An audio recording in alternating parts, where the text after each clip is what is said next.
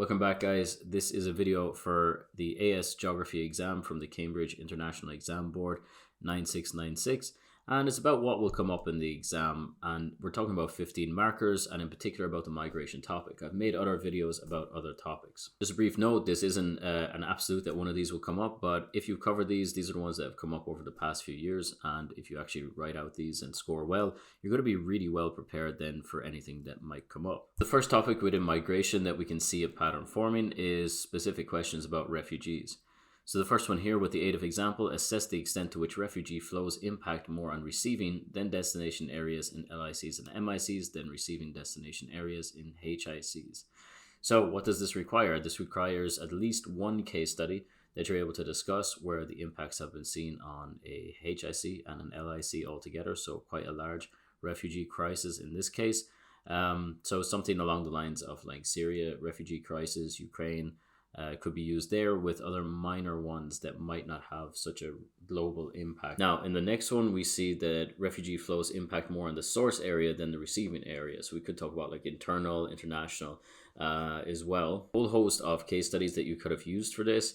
In my course below, for example, I used 3 different ones in giving the model answer for this one.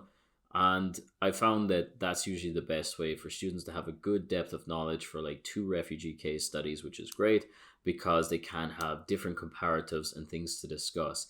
In this one here, in these 2 examples here, they've actually said with the aid of examples, so they looked at plural. So you could have used 2 case studies within this area. You should definitely be able to write an answer about one and maybe have one as a major case study and one as a minor as a comparative, okay? So something like what's been happening with Ukrainians, that could be one as a modern example where it hasn't been going on as long, so there might be less information about it than other case studies, which you might get more in-depth knowledge and facts and figures to use, right? The next one is, this is sometimes the most confusing for students when it's just very vague and very open. So the question itself here, the impact of the migration of a population from an area is always negative for the source area with reference to examples. And the last one, the likely to experience negative impacts from migration than positive impacts from migration.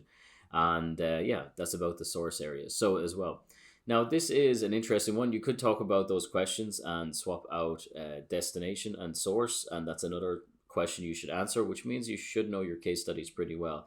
This can be done for forced, impelled, and voluntary migration, right? It can all be used here.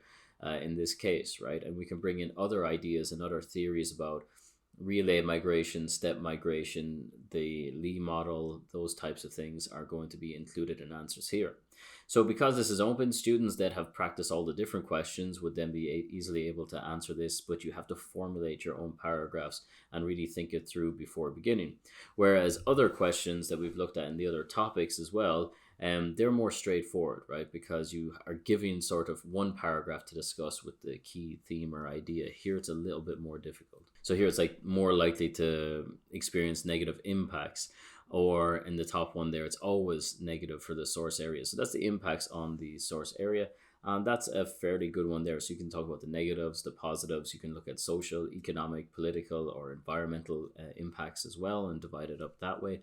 It's up to yourself, really. Again, going back into the course that I keep mentioning, but it is good. If you look through it, it'll help you to plan out all these types of essays. Internal migration has come up a lot, as you can see. It's come up as sort of a 2-parter as well. So if you look down at this one here, for example, for the international migration stream chosen in B, how far would you agree that the source area have benefited more than receiving destination areas? Now, that's a really important one because you're going to learn 2 things from reading that question. One, that if you're in an exam, you might answer part B without having read part C. And if you've done that and they're connected, well, then you're forced to talk about part B again. The other thing you might find is that if you read the question C before you answer question B, you might also find that they're asking for different things, and it will save you repeating yourself and maybe writing about something off topic for part B of that question. Now, there's not always a total definition of it, like just internal migration. And we can see it here. Rural to urban migration is mentioned quite specifically, and then urban to rural migration is also mentioned very specifically here. So I would totally be prepared for all those questions if I were you. There's going to be different patterns in different countries with different levels of development, right? So we come down here, this idea of HICs being brought into it as well.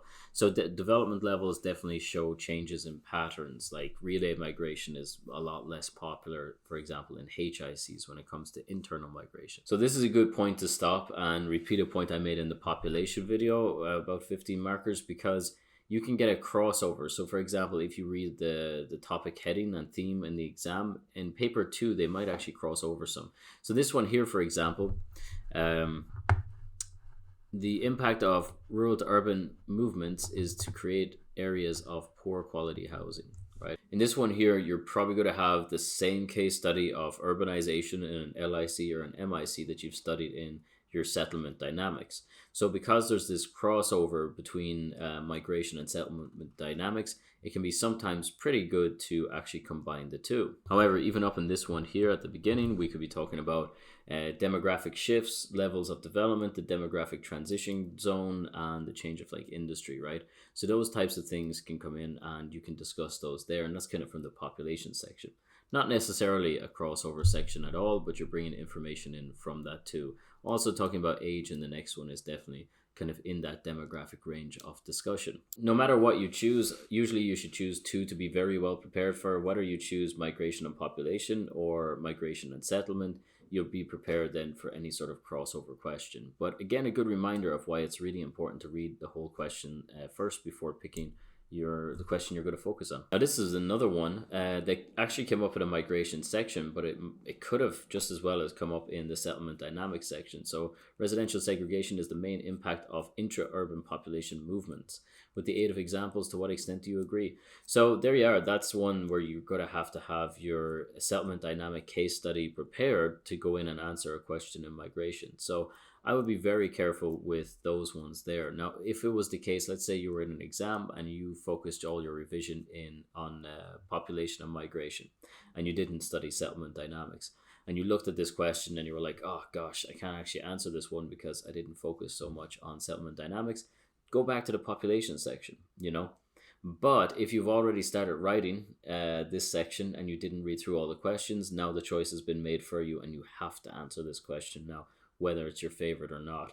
So really do read the questions first before you decide whether you're going to answer about population, migration, or settlement dynamics. So obstacles have a less important role in international economic migration than in other types of international migration.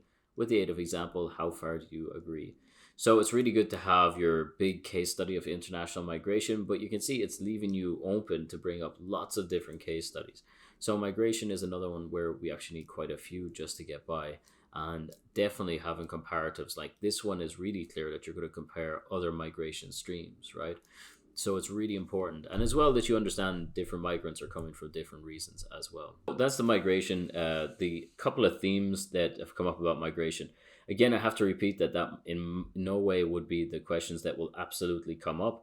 But if you answer one of those questions from each of the sections and look at the different variety of questions and make sure you can answer anything, or at least plan an essay and put case study information to each question. So I would say then, yeah, a focus on the case study is really important for these both population and migration in case there's a crossover, or if you decide to do migration and settlement dynamic. Either way, then you're probably going to study migration in a lot of detail and have lots of exam case study preparation done. Thanks for watching. The only way to know if these are useful at all is if you like or leave a comment below, which would be great. Also, subscriptions are appreciated.